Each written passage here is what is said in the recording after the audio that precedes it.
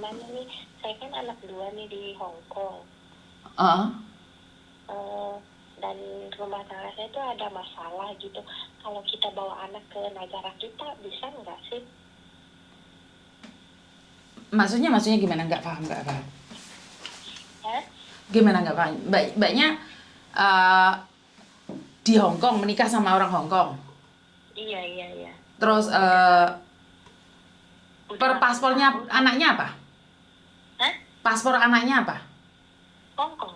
Hong Kong. Kan bisa umur berapa? Sekarang yang cowok mau 5 tahun, yang cewek mau bulan depan 7 tahun. Terus mau dibawa ke Indonesia.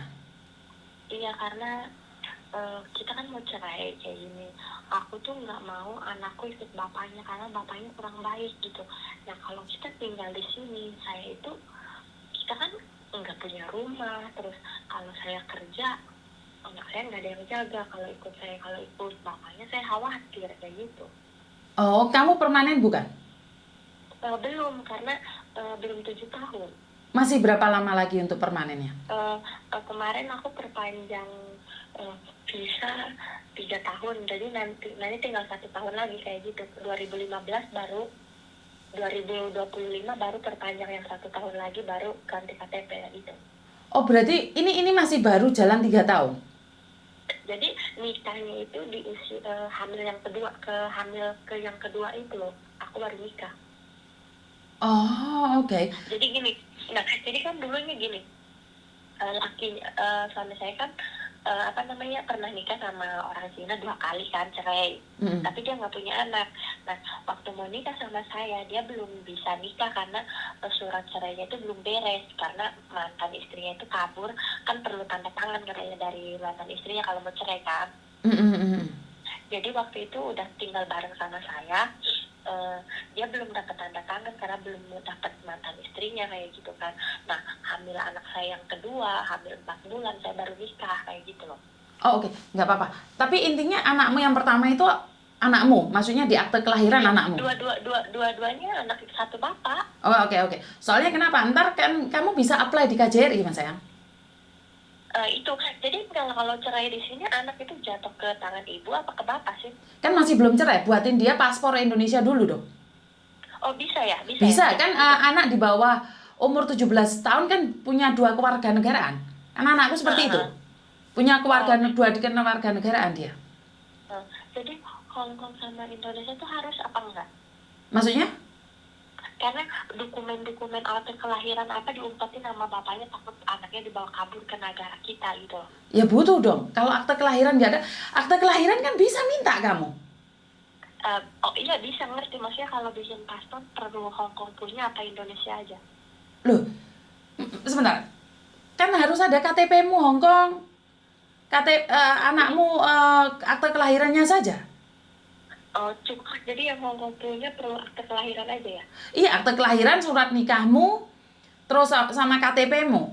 Masa kamu KTP suami aja nggak ada, sayang? Ada, semuanya ada soal itu.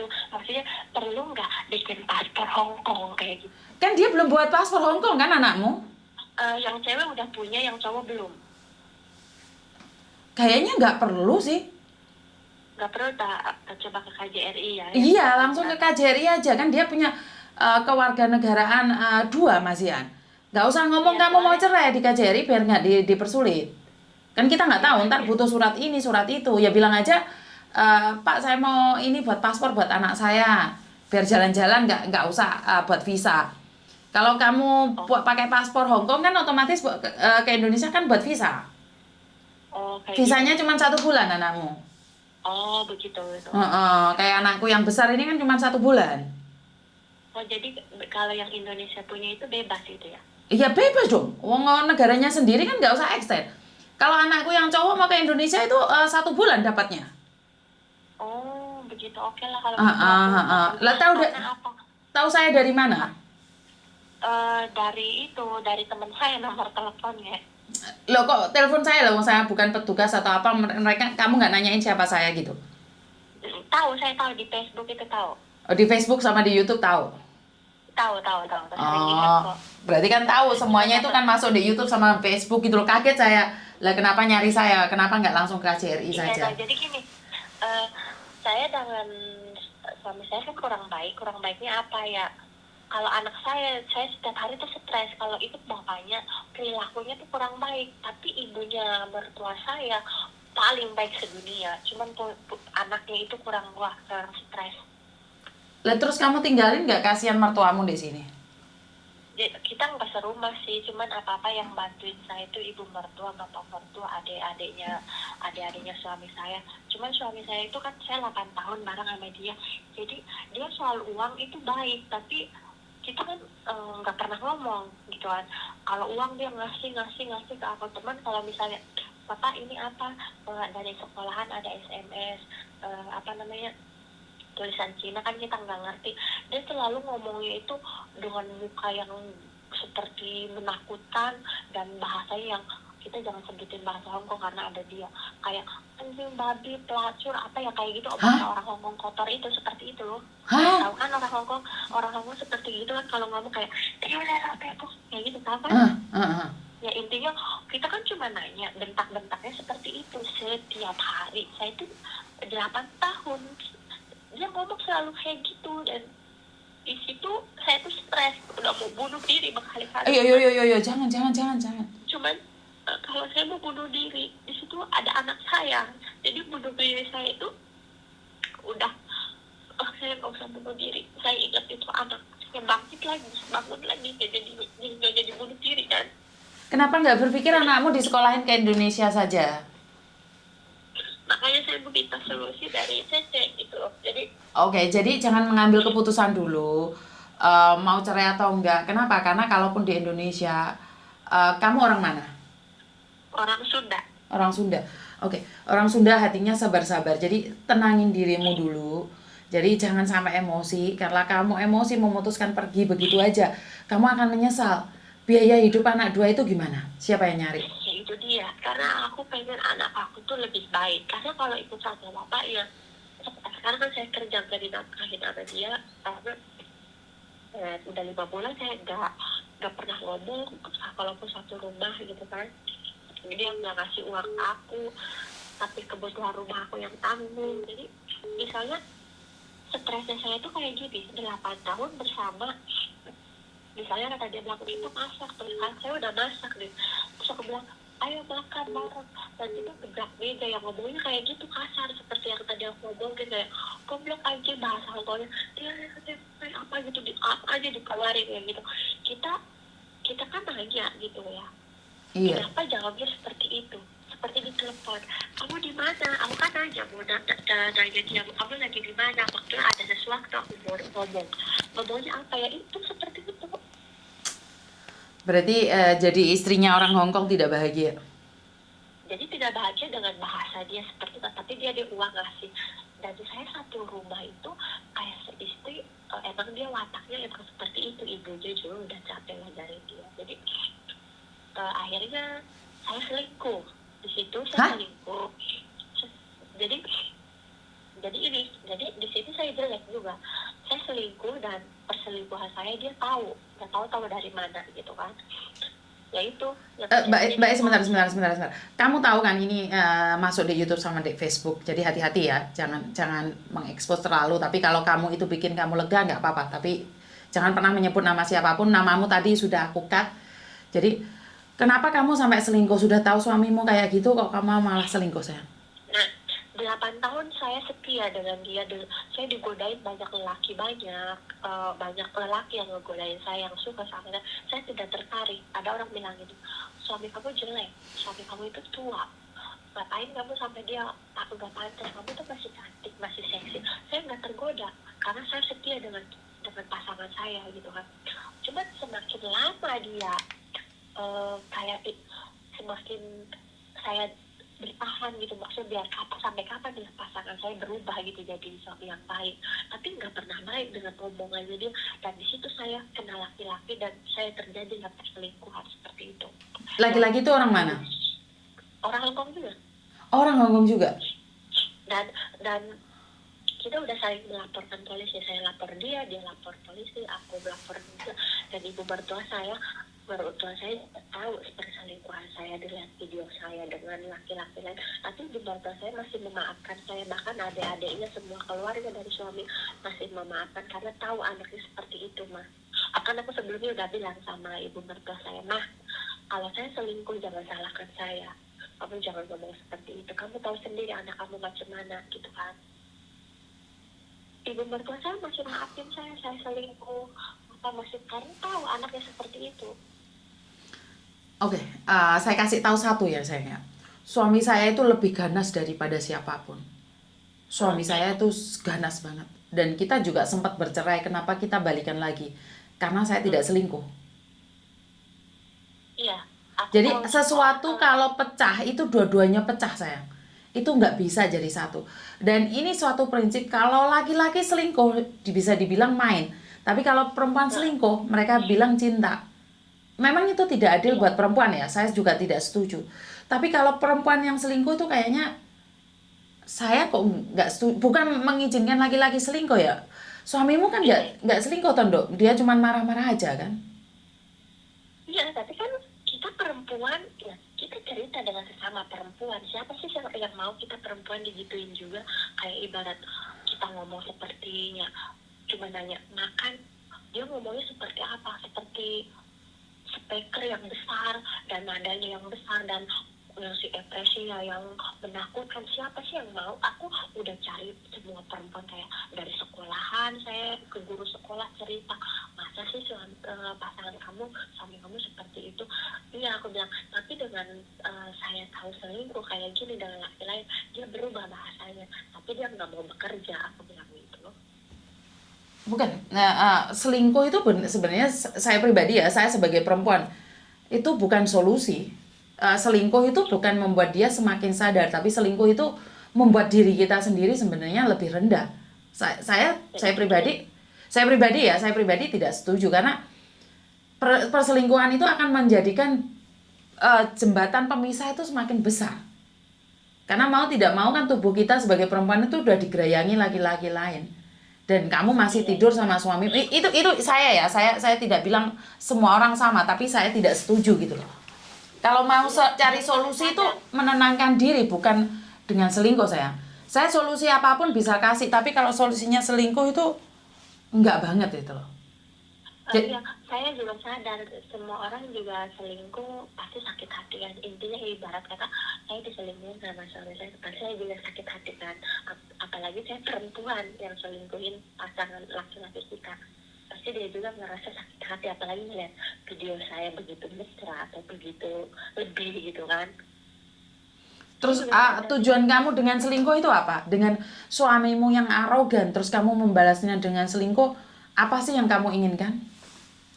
Aku pengen dia sadar aja kalau di luar sana istri dilirik orang lain, tapi nggak dilirik suami gitu aja. Di luar sana banyak yang suka sama saya, tapi saya kan nggak tertarik. Tapi kenapa suami di rumah ngomong nggak lirik, enggak, sibuk main HP kayak gitu loh, dan nada yang kasar gitu loh. Oke, saat kamu selingkuh kan tujuannya untuk agar suami mencintaimu, tapi kan suamimu tetap tidak mencintaimu. Berarti kan kamu rugi. Dia masih mencintai aku. Sampai saat ini juga dia masih mencintai aku. Cuman aku pengen dia berubah aja gitu. Kemarin dia udah sempat oke, saya yang salah makanya kamu selingkuh, saya maafin kamu. Dia berubah. Sekarang dia berubah dari perkataannya baik, aku ngomong dibales, ngomong aku delete, tapi dia nggak mau bekerja sekarang. Gitu doang. Sekarang nggak mau bekerja, terus kamu dapat pendapatan dari mana? Saya kerja sendiri. Oh, kamu kerja sendiri. Terus, waduh. Jadi karena masalah itu suamimu tidak ingin kerja? Iya, tidak ingin kerja dan tidak ingin nafkahin aku. Terus dia bilang, kemarin dia udah ngomong baik-baik nggak mau cerai. Terus kemarin lagi ngomong, udah tunggu 3 bulan lagi cerai katanya. Anak-anak pasti ikut aku, dia bilang itu. Di situ saya khawatir gitu kan, kalau ikut dia emang dia bisa ngajarin pendidikan sekolah gitu kan, tapi untuk ngedidik kayak hal yang baik, sopan santunnya nggak ada gitu dari bapak. Oke. Ya udah, tadi kembali lagi pada permasalahan awal. Jadi datang ke KJRI untuk buat paspor dan jangan bilang kalau kamu mau cerai atau apapun. Intinya seperti itu.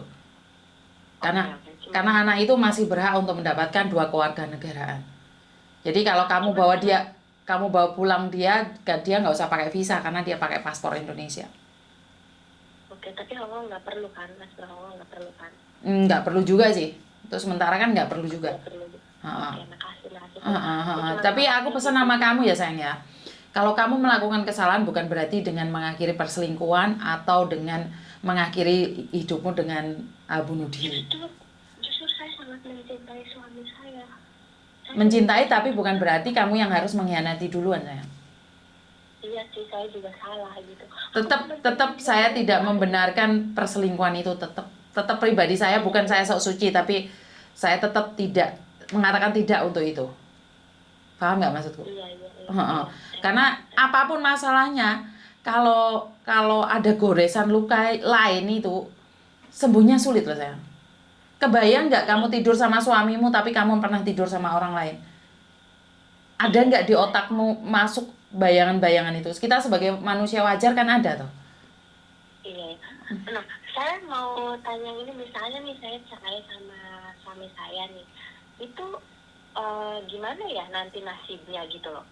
Anakmu bisa balik lagi ke Hong Kong, tapi kamu harus apply lagi. Sebelum kamu jadi permanen, kamu nggak bisa tinggal di Hong Kong.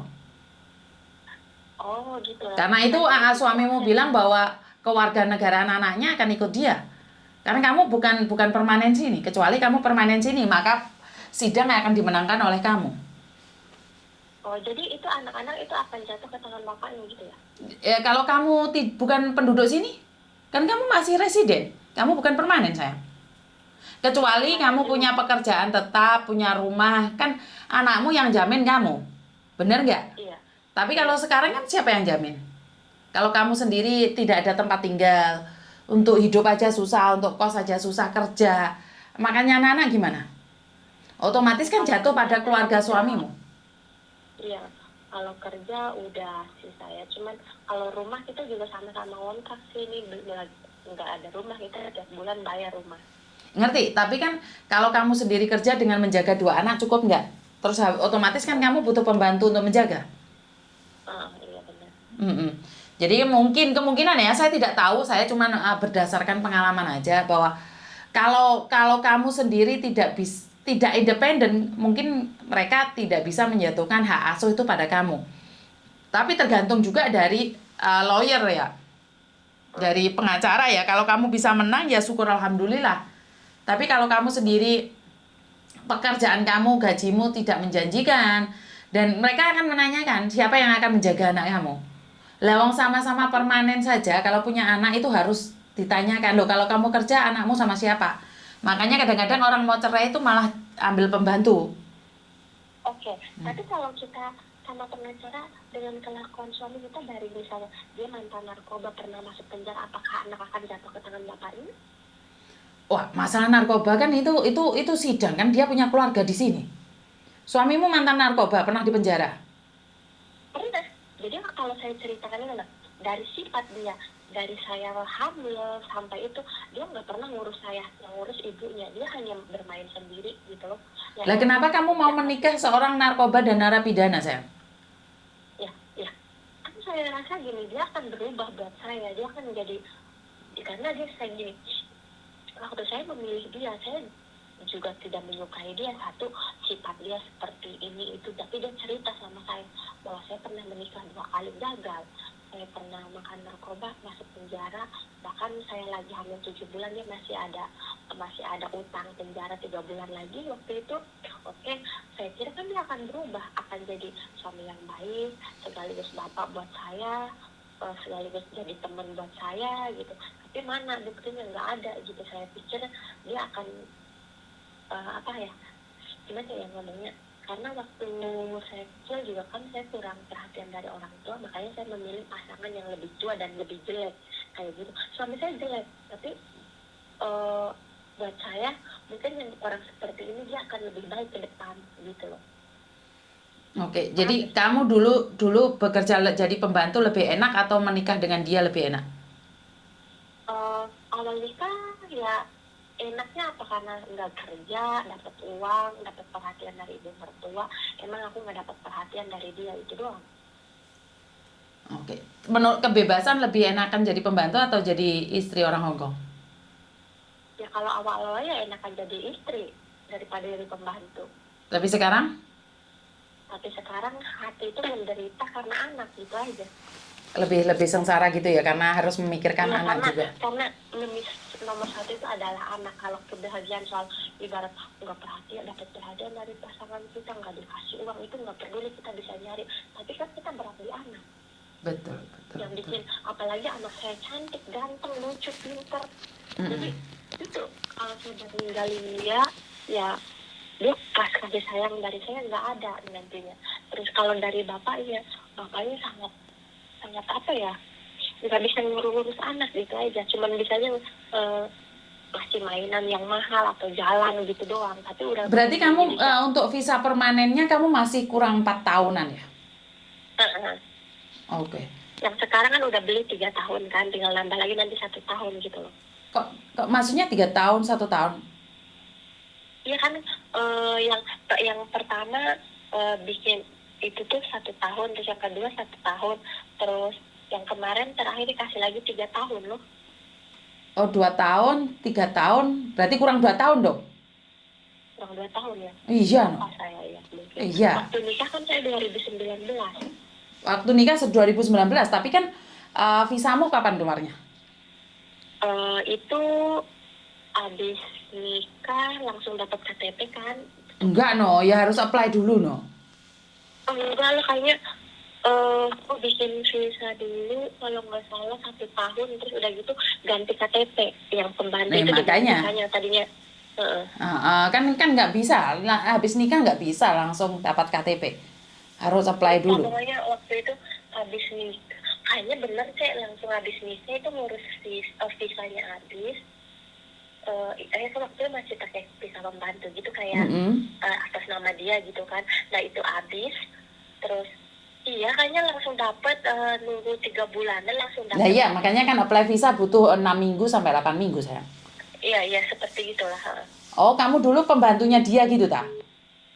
Bukan, cuman pembantu orang lain, terus kenal dia, satu rumah bareng kan, kita hamil kayak gitu loh. Terus karena belum bisa nikah, ya kita tetap satu rumah walaupun lagi hamil anak kedua waktu itu.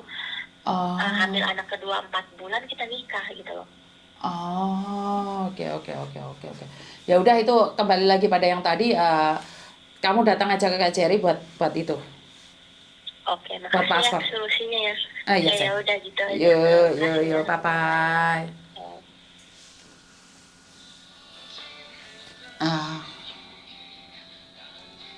Anggap saya sok suci, anggap saya sok tahu, sok mengerti, tapi saya sama sekali tidak advise seseorang untuk melakukan perselingkuhan ya. Jadi kamu boleh marah, kamu boleh kecewa, tapi kalau selingkuh kayaknya saya tidak advise ya. Saya tidak menyarankan itu semua. Jadi buat teman-teman di luar sana, kita boleh bertengkar, kita boleh marah, kita boleh cerai, tapi jangan mengambil keputusan untuk saya tidak ikut campur deh masalah rumah tangga. Yang saya tahu adalah kekhawatiran pada anak kecil yang tidak tahu apa-apa punya imbas yang sangat berat, dan ya jalan satu-satunya sebagai perempuan maka kita harus ambil salah satu. Saya tidak tahu apakah dia akan mendapatkan dua-duanya ya. Biasanya akan salah satu itu akan dibawa, yang satunya ikut bapaknya, yang satunya ikut mboknya, atau dua-duanya ikut bapaknya, atau dua-duanya ikut mboknya. Tapi itu adalah hak masing-masing. Saya sebagai pendengar, saya tidak bisa memberikan keputusan apapun. Saya tidak pernah advise seseorang untuk bercerai. Saya lebih suka melihat orang menikah daripada bercerai. Jadi buat teman-teman di luar sana, ini adalah suatu pembelajaran di mana menikah dengan orang Hongkong itu tidak ada jaminan akan bahagia, tapi sama-sama belajar, sama-sama menguatkan. Kehidupan tidak ada yang tahu, emangnya kalau nikah sama orang Indonesia pasti bahagia? Enggak juga, saya nggak berani ngomong itu. Jadi buat teman-teman di luar sana, tetap semangat. Indonesia kaya, dan apapun yang terjadi di luar sana, keluarga adalah segalanya, dan berhati-hati, berjaga-jaga di luar sana. Musim masih antara panas dingin, jadi jaga stamina, banyak-banyak minum air, dan kurang lebihnya saya minta maaf. Wassalamualaikum warahmatullahi wabarakatuh.